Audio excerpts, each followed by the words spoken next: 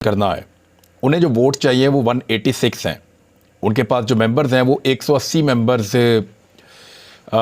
PTI के, और speaker और डिप्टी स्पीकर को आप अलग करें तो 178 बनते हैं, और इसमें 10 मेंबर्स जो हैं वो काफ लीग के हैं, तो इस तरह ये 188 बन जाते हैं ऑलमोस्ट। और कुछ लोगों के प्रॉब्लम्स आ रहे थे, यानी 190 तकरीबन टोटल हैं, क्योंकि 180 तो पाकिस्तान तहरीक इंसाफ के हैं, 2 इन्होंने बाद में जीत ली थी सीटें, और 10 उधर काफ लीग के हैं, तो मिलाकर ये बन जाते हैं 190। तो 3 लोगों का प्रॉब्लम आ रहा है बड़ा सीरियस, और उन लोगों के बारे में पाकिस्तान तहरीक इंसाफ को आइडिया भी है कि ये कौन लोग हैं। एक लगारी साहब हैं, और एक खातून एमपी हैं, और एक आधा कोई और है। तो इस तरह ये 3 लोग, इनका कोई प्रॉब्लम आ रहा है 2-3 लोगों का। और इस वक्त जो फवाद चौधरी साहब ने अदाद-ओ-शुमार दिए हैं, और जो अदाद-ओ-शुमार मौजूद हैं, इसमें 187 मेंबर्स हैं जी।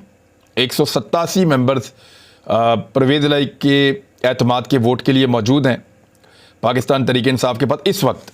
मैं अभी की बात कर रहा हूँ, अगर अभी वोटिंग हो जाए और ये वोटिंग जल्द करवाई जाए तो परवेज़ इलाही को 187 मेंबर्स की हमायत मिल जाएगी। वो काफ लीग के अपने बंदों को भी ले आएंगे, एक आधा बंदा निकाल के, और बाकी बंदे पाकिस्तान तहरीक इंसाफ के भी मौजूद होंगे। तो मैंने आपसे पहले भी कहा था कि 2-3 लोगों का प्रॉब्लम बन रहा है, तो ये 187 मेंबर्स कहा जा रहा है, और ये दावा किया जा रहा है पाकिस्तान तहरीक इंसाफ की जानिब से कि ये हमारे पास मौजूद है, और काफ लीग भी अपने तमाम अरकान को लाने की कोशिश करेगी। तो 187 यानी 1 वोट ज़्यादा लेकर एतमाद का वोट परवेज़ इलाही हासिल कर लेंगे। बंदे तोड़ने की जिस कोशिश के लिए आसिफ अली जरदारी साहब तशरीफ़ लाए थे लाहौर में, वो नाकाम होकर इस मरतबा वापस गए हैं। पहले जब आसिफ अली जरदारी साहब आए थे तो वो पूरा टाइम देकर गए थे, उन्होंने पूरा ऑपरेशन किया था और लोटे ख़रीदे थे, बंदों को उनसे मिलवाया गया था। इस मरतबा लोटे उनको मिले नहीं हैं।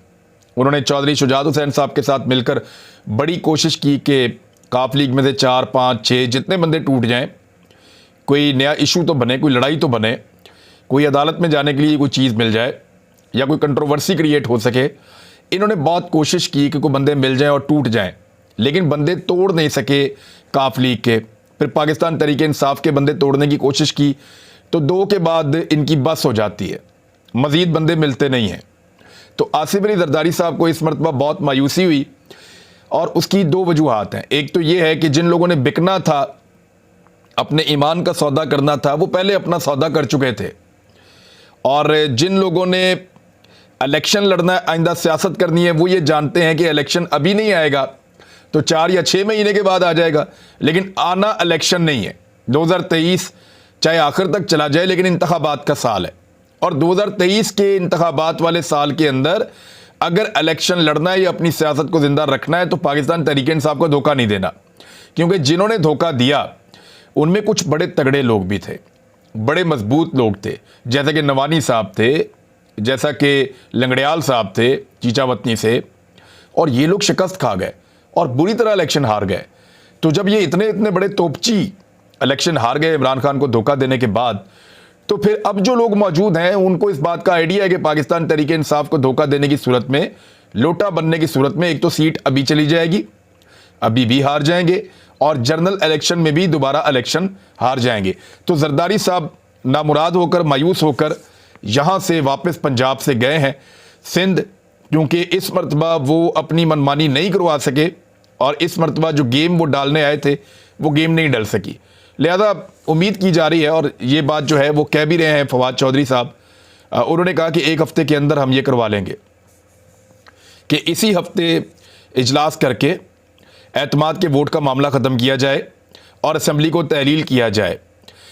इस मामले के ऊपर जो है वो गौर किया जा रहा है, और दूसरी जानिब गवर्नर को हटाने की कार्रवाई भी ज़ेरे बहस आएगी, और इसके अंदर जो है वो इजलास वगैरह पाकिस्तान तहरीक इंसाफ कर रही है। फवाद चौधरी ने एक और बड़ी अहम ट्वीट की है, और ये ट्वीट इस वक्त पाकिस्तान के सियासी मंजरनामे की पूरी अक्कासी करती है। सिर्फ इसको सुन लें, आपको ज़्यादा कुछ समझने की ज़रूरत नहीं पड़ेगी। उन्होंने कहा मौजूदा हाइब्रिड निज़ाम जो है, इसमें किसी इदारे की इज्जत नहीं बची है। आप देख लें, अदलिया, इस्टेब्लिशमेंट, फ़ौज, पुलिस, ब्यूरोक्रेसी और जितने भी इदारे हैं, किसकी इज्जत बची है पाकिस्तान में?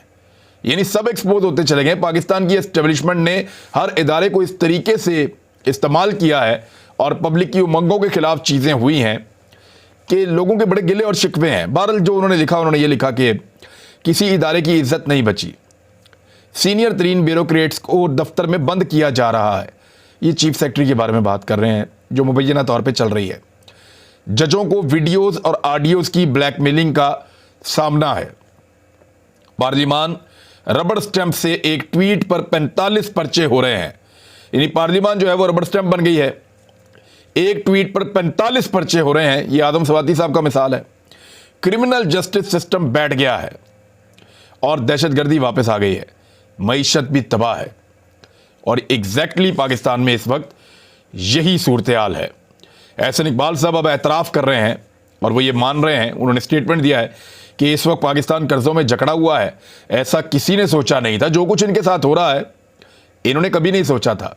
शहबाज शरीफ साहब ने दावा किया था कि 6 महीने के अंदर अगर पाकिस्तान की मईशत पैरों पे खड़ी होके पाकिस्तानी अवाम को डिलीवर ना करे तो मेरा नाम इमरान न्याजी रख देना।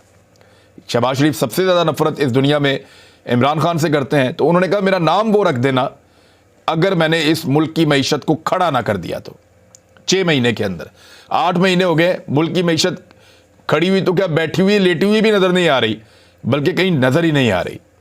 अब ये फैसला पंजाब के अंदर पाकिस्तान तहरीक इंसाफ ने कर लिया और ऐलान भी कर लिया है कि वज़ीर आला पंजाब चौधरी परवेज़ अली एतमाद का वोट लेंगे और जल्द ये वोट लेंगे और उसके फ़ौरन बाद असेंबली तहलील कर दी जाएगी।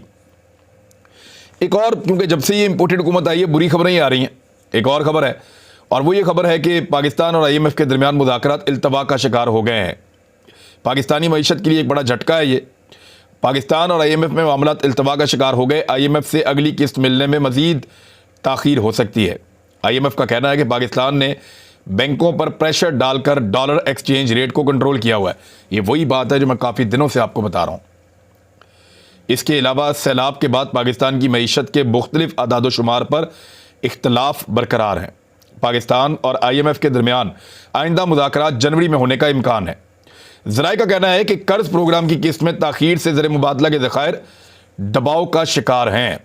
मैं बताता हूँ कि ये जो बैंक वाली बात कर रहे हैं ना IMF, बैंकों के ऊपर दबाव डालकर पाकिस्तान की हुकूमत ने एक्सचेंज रेट को जो कंट्रोल किया हुआ है उसका पाकिस्तान ये एक्चुअली है कि और नुकसान पाकिस्तान को क्या हो रहा है। बहुत सारी खबरें हैं, 3 बहुत बड़ी खबरें और आई हैं और वो भी ये कह रही हैं कि पाकिस्तान दिवालिया होने के करीब पहुंच गया है और ये निशानदेही दिवालिया होने की पाकिस्तान की बहुत करीब है। अब मैं आपको बताता हूं कि इसहाक डार साहब की जिद है कि वो डॉलर को 200 पर लेकर आएंगे। डॉलर की इस वक्त जो प्राइस है आलमी मंडी में वो 255 रुपए से जायद है पाकिस्तानी। वो कैसे, मैं आपको बताता हूं। एक्चुअली जो असल में एक पैरामीटर है ना, वो या तो डॉलर होता है या सोना होता है। तो सोने को आप कंट्रोल नहीं कर सकते, डॉलर को कंट्रोल करने की जिद ली हुई है इसहाक डार ने। अब $100 का जितना सोना आता है ना, पाकिस्तान में उतना नहीं आता। इसको जरा आप ऐसे समझें, यानी पाकिस्तान में अगर आप चले जाएं सोने के ऊपर तो 255 रुपए का जितना सोना पाकिस्तान में मिलता है ना, उतना बाहर मिलता है 255 रुपए में पाकिस्तानी। लेकिन जो डॉलर है वो 225 रुपए का पाकिस्तान में मिलता है बैंक के अंदर, लेकिन ओपन मार्केट में उसकी ठीक कीमत है जहां पे वो 255 रुपए का मिलता है। तो मैं आपको ये बताता हूं कि पाकिस्तान ने किया ये हुआ है कि बैंकों के अंदर जबरदस्ती मजबूर किया हुआ है बैंकों को कि आपने डॉलर की कीमत नीचे रखनी है, इसको ऊपर नहीं जाने देना। यानी हमेशा ऐसा होता है कि इंटर बैंक और ओपन मार्केट के अंदर जो डॉलर का प्राइस का फर्क होता है ना, वो 1 रुपए मैक्सिमम, 2 रुपए, बहुत ज्यादा हो जाए 2 रुपए 2.5 रुपए हो जाता है, इससे ज्यादा नहीं होता। ये पाकिस्तान की तारीख में इसहाक डार साहब ने एक नया बाब रकम किया है कि ओपन मार्केट के अंदर डॉलर 255 का भी नहीं मिल रहा और इसहाक डार साहब ने बैंक के अंदर 225 रुपए का रखा हुआ है। अब यही वजह है कि पाकिस्तान दूसरी दुनिया के साथ ट्रेड नहीं कर पा रहा। अगर पाकिस्तान दूसरी दुनिया के साथ ट्रेड करेगा बैरून मुल्क, तो फिर ये 225 रुपए का बैंक एलसी खोलेगा और जब 225 रुपए का खोलेगा तो 25 रुपए का नुकसान होगा पाकिस्तान को। तो ये है इसहाक डार साहब की जिद, जिसकी वजह से पाकिस्तान बुरी तरह इस वक्त जकड़ा हुआ है, बुरी तरह इस वक्त फंसा हुआ है। अच्छा, ये जो फैसला आया ना अदालत का, जिसपे अदालत को परवेज़ इलाही साहब ने अपना आईनी हक सरेंडर किया अदालत के सामने, लिख कर दे दिया कि मैं असम्बली तहलील नहीं करूंगा, जो मेरा आईनी हक है मैं उसको छोड़ रहा हूं, तो अदालत ने वो ले लिया हक उनसे। और उसके बाद अदालत ने कह दिया कि 11 तारीख तक आप एतमाद का वोट ले लें और उसके बाद जो मर्जी है कर सकते हैं परवेज इलाही साहब।